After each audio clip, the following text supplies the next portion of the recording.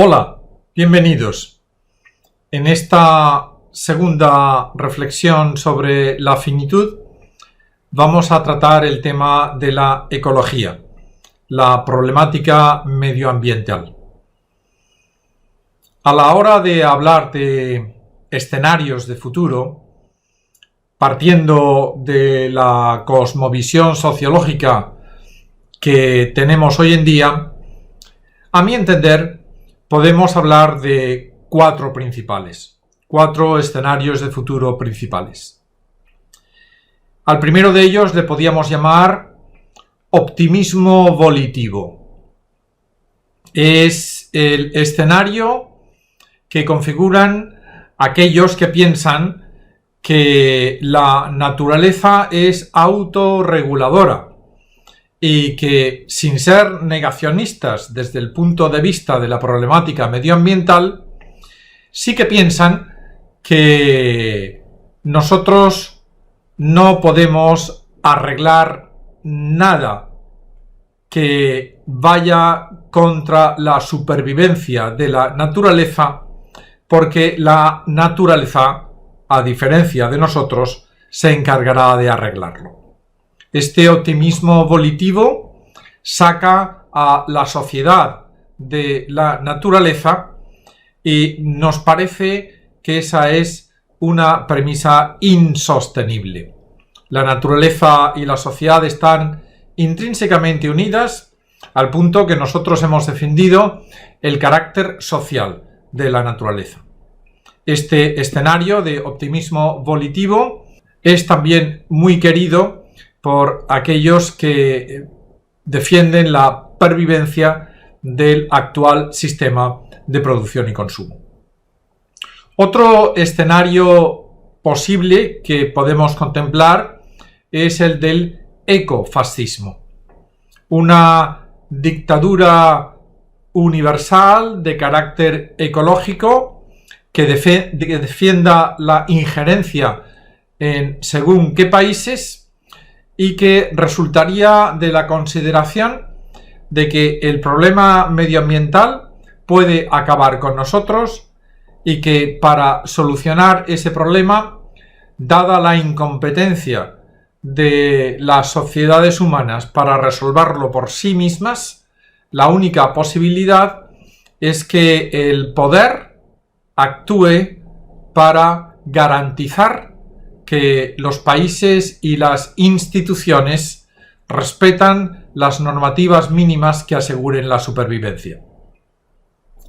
Un tercer escenario posible es el de la eutanasia colectiva, defendida por aquellos que, viviendo en el más insolidario presentismo, piensan que no vale la pena garantizar la supervivencia de futuras generaciones con tal de mantener el nivel de vida de la generación presente.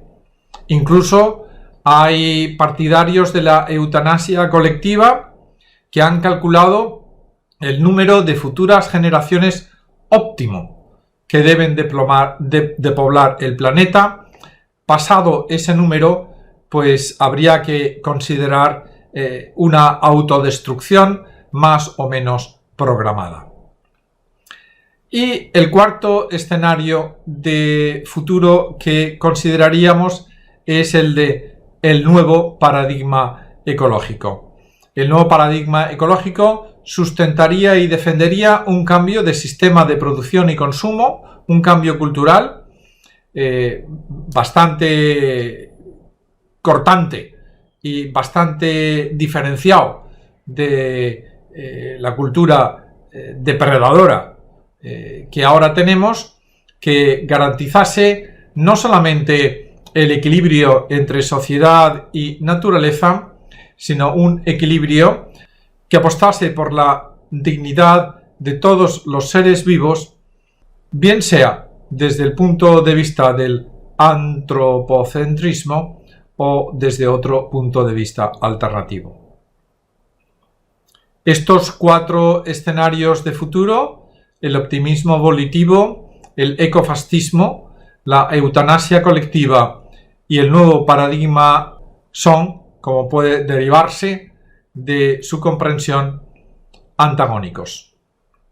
Naturalmente, en esta reflexión nosotros apoyamos el último escenario, el del nuevo paradigma ecológico. Algo tiene que cambiar para que nuestra relación con el medio ambiente sea una relación plenamente humana, fructífera, y que no condicione para nada la vida en el planeta de las futuras generaciones. A la hora de discernir cómo se configura o cuáles son las principales propuestas o hipótesis de ese nuevo paradigma ecológico, será interesante que nos propongamos discernir desde la economía, las ópticas que ahora parecen más viables para comprender el actual sistema de producción y consumo y ver si es posible y viable su sustitución. Nos planteamos estudiar la óptica del capitalismo neoliberal, la óptica del capitalismo verde y la óptica de la economía ecológica. El capitalismo liberal, más o menos, aboga porque entendamos que la sustitución tecnológica es el fenómeno económico dominante. Cuando algo se agota, algo lo sustituye. Y no pasa nada. Cuando una tecnología se demuestra insalubre o inconveniente, se sustituye y no pasa nada. Hasta ahora hemos funcionado así, y ¿qué impide pensar que podremos seguir funcionando así por los siglos de los siglos? Otra premisa del capitalismo neoliberal es entender el conocimiento humano como recurso y afirmar que es un recurso inagotable.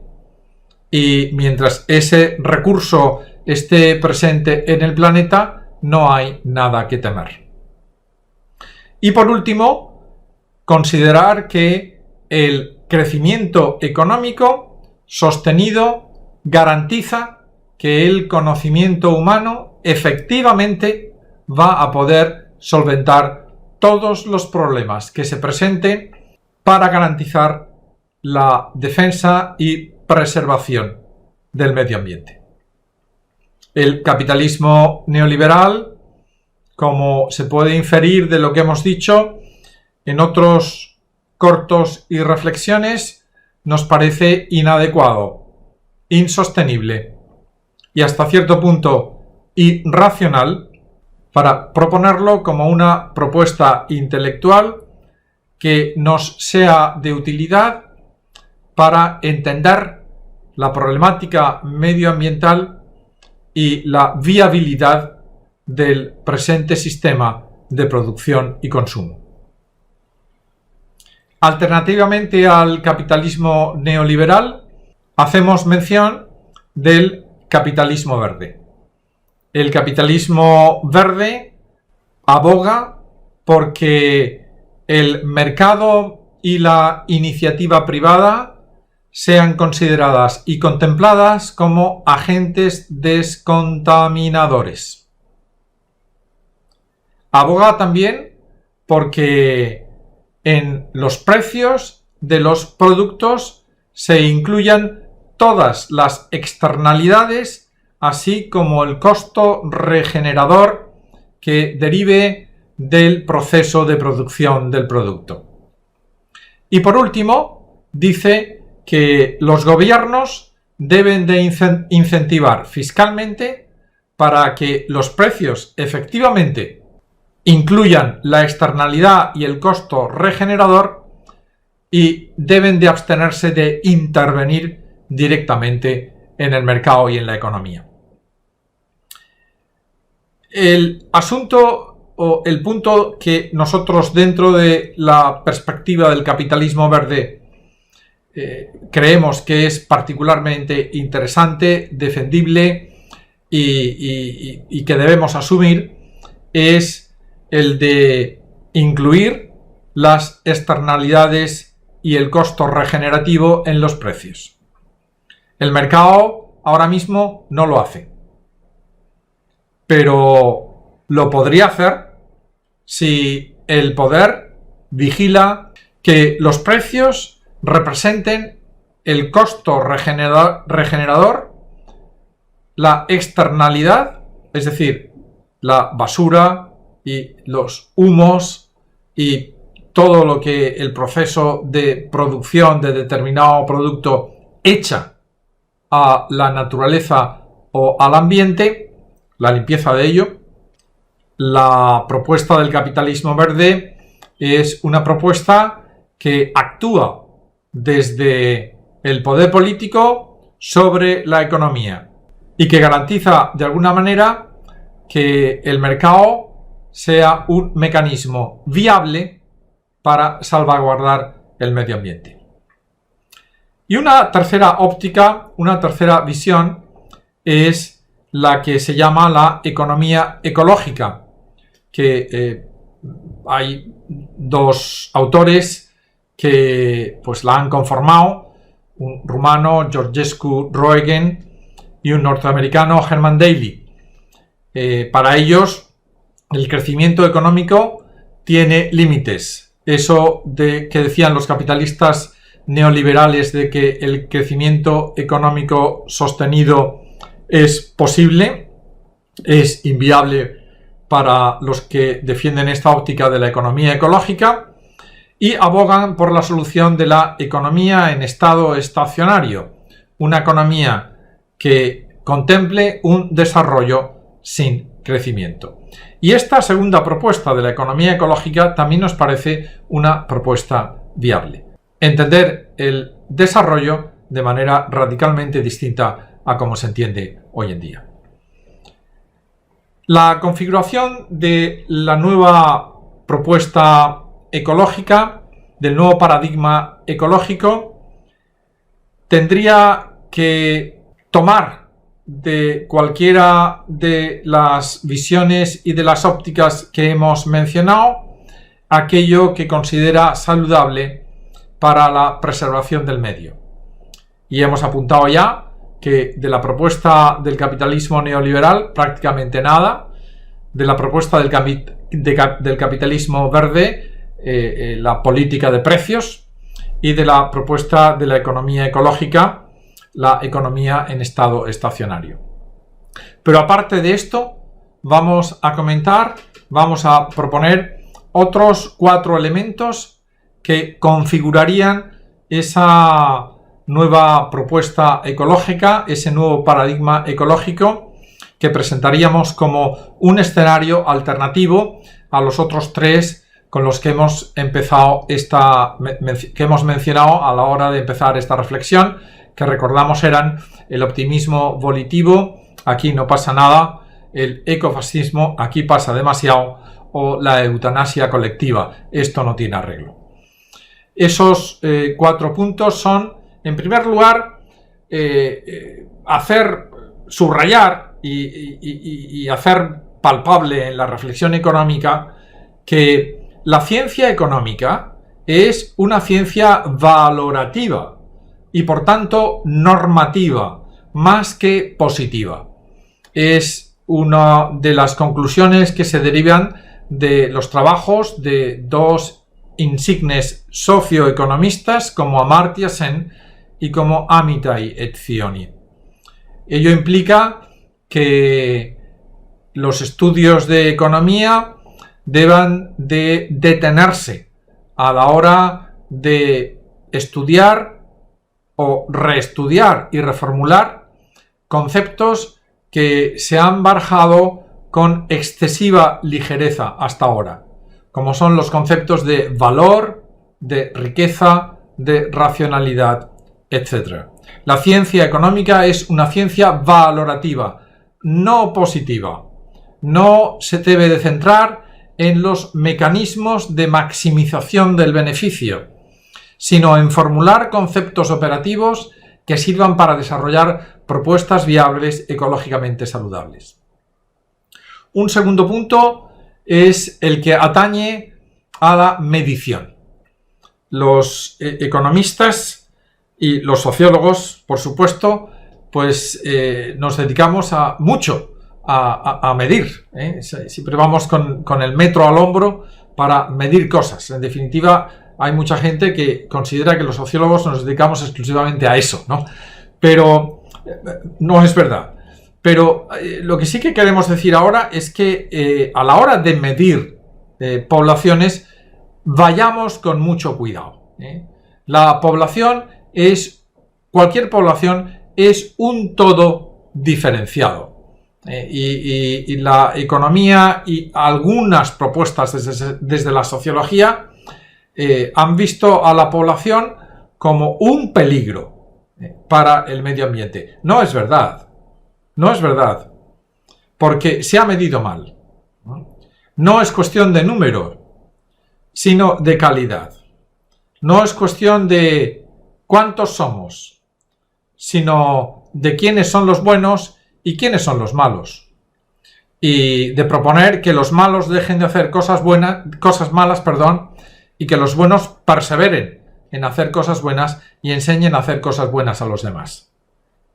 No es lo mismo desde el punto de vista medioambiental nacer en un país que nacer en otro. No contamina lo mismo, no produce la misma cantidad de basuras una persona que nace en Noruega que una persona que nace en Uganda. Y eso hay que tomarlo en consideración. La población como un todo diferenciado y por tanto tenemos que hacer más sofisticadas nuestras mediciones para aportar a los organismos competentes unos datos con los que puedan operar saludablemente. El tercer punto que ayudaría a contemplar y a construir esa propuesta del nuevo paradigma ecológico es el de la medición de la riqueza. Algo que tiene también que ver con el metro que llevamos encima. Siempre se ha dicho que nosotros medimos lo que importa al que mide. ¿Y qué es lo realmente importante a la hora de medir la riqueza? Pues no lo es tanto ni el Producto Interior Bruto ni el Producto Nacional Bruto. La riqueza se debe de medir de otra manera. La riqueza debe de tener en cuenta los bienes intangibles y debe de tener en cuenta los bienes comunes. Solamente con una medición de la riqueza que tenga en cuenta ese bien, para ello tenemos que definir bien el concepto de bien, podremos después aplicar políticas de crecimiento económico que sean saludables y sostenibles, o alternativamente propuestas de decrecimiento económico que sean compatibles con el desarrollo humano. Y en cuarto lugar está el tema de la globalización. La globalización económica ha devenido en una disminución de la calidad. Ha habido una nivelación a la baja. Y es importante que a la hora de contemplar la actividad económica sigamos el consejo de Schumacher y reduzcamos las escalas, todas. Apostamos más por la localización que por la globalización. El sistema mundo capitalista, desde el punto de vista medioambiental, es un fracaso lacerante. Las corporaciones mundiales deben de acabarse y los monopolios globales también. Ese protagonismo del dinero que campa a sus anchas por lo largo y ancho del mundo y que de alguna manera se configura como un sujeto más importante que las personas mismas, es un protagonismo indigno. La globalización hay que entenderla para constreñirla. La globalización económica nos estamos refiriendo. En resumidas cuentas, apostamos por pasar de la lógica del mercado a la lógica de la vida. Sacar la vida del mercado, sacar la ecología, sacar la naturaleza, sacar los seres humanos del mercado. No se puede comerciar con ello. Apostamos también por pasar de una política de representación, esa política que configura el poder de abajo hacia arriba, trasvase de poder de abajo hacia arriba, los de abajo dan poder a los de arriba para que los de arriba actúen desde el punto de vista de la configuración y de la ejecución de políticas, acabar con la política de la representación para ir a una política de la recuperación de poder, que vaya de arriba hacia abajo, que el poder se disemine en la sociedad, de eso que se llama ahora mismo empoderamiento. Diseminar el poder para abajo para que la responsabilidad esté cerca y próxima de quien ejecuta la acción. Esto no es ni más ni menos que lo que siempre se ha llamado subsidiariedad. Hay que recordar, y con esto terminamos, que el ecologismo es un humanismo. No hay que entender la ecología como algo opuesto a la antropología. Defendemos el principio antrópico. Defendemos considerar los humanos como jardineros de la naturaleza. Defendemos que la propuesta sea una propuesta que subraye la dignidad humana. Es indigno para el hombre destruir la naturaleza. Es indigno para el hombre hacer inviable el futuro de la vida en este planeta. Este nuevo paradigma ecológico, configurado en torno a las perspectivas básicas que hemos enunciado, creemos que configura un escenario de futuro que puede presentarse como alternativa al optimismo volitivo, al ecofascismo y a la eutanasia colectiva.